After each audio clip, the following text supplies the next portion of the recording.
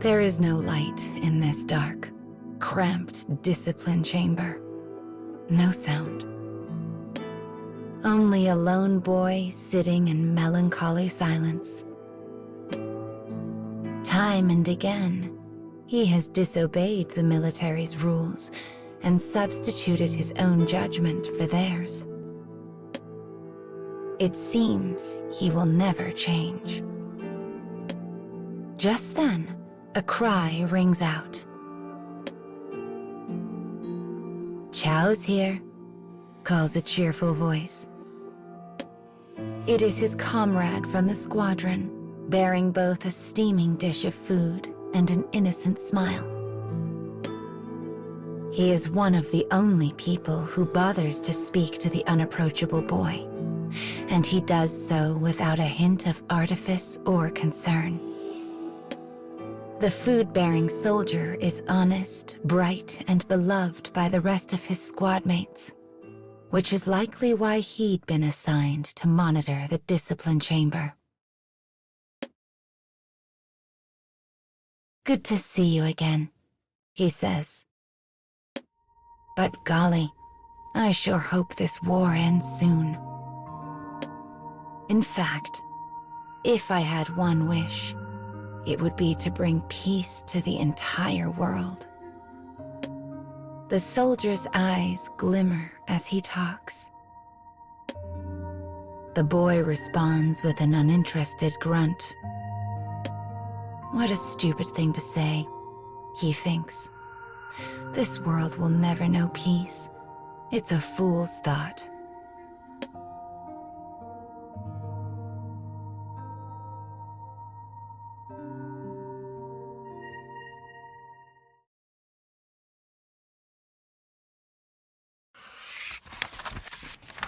When the boy is finally released from the discipline chamber, he finds the rest of his unit engaging in a lively party.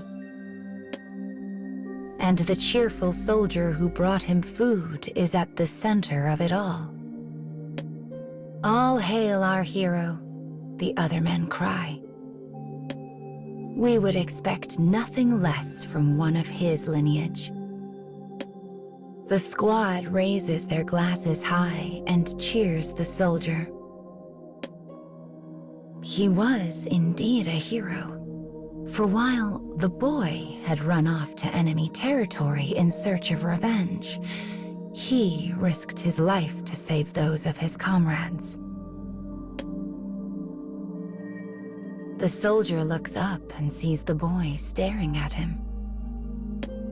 His smile widens as he begins to wave. The boy's hand waves back of its own accord before the mind behind it snaps back to reality and forces it down.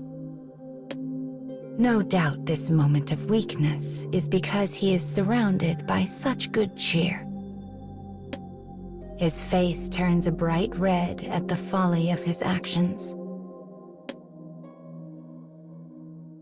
As he stares, the soldier makes his way through the various circles of conversation and approaches the boy.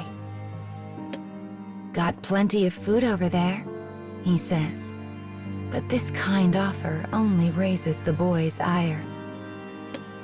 He is angry to see his comrade praised for saving lives.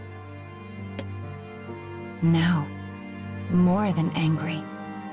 He is enraged. "Fighting and dying for someone else is stupid," he hisses. The soldier falls silent. Finally, he manages to give the boy a small, troubled smile.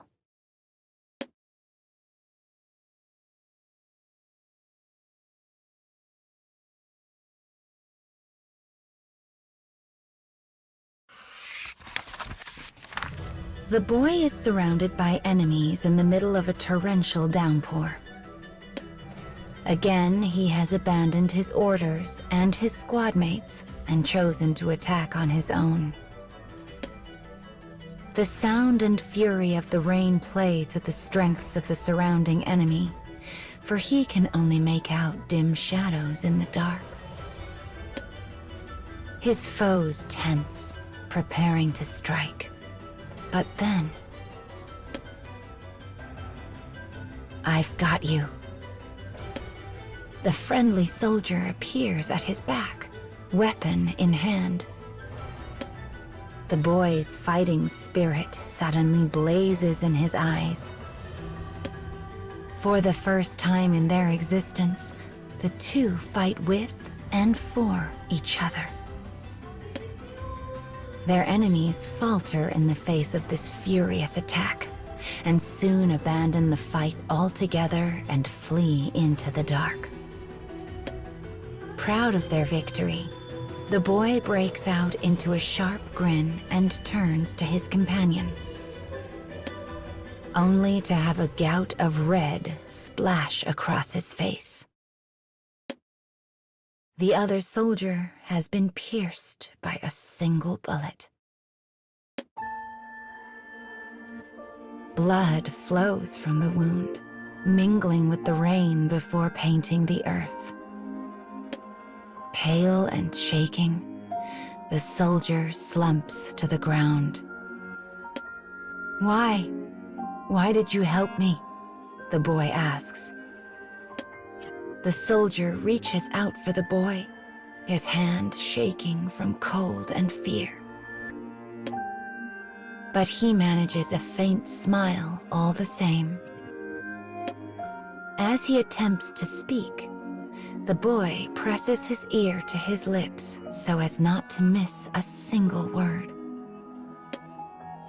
He grips his hand tightly, as if that can somehow tether this vanishing life to the cold reality of the world.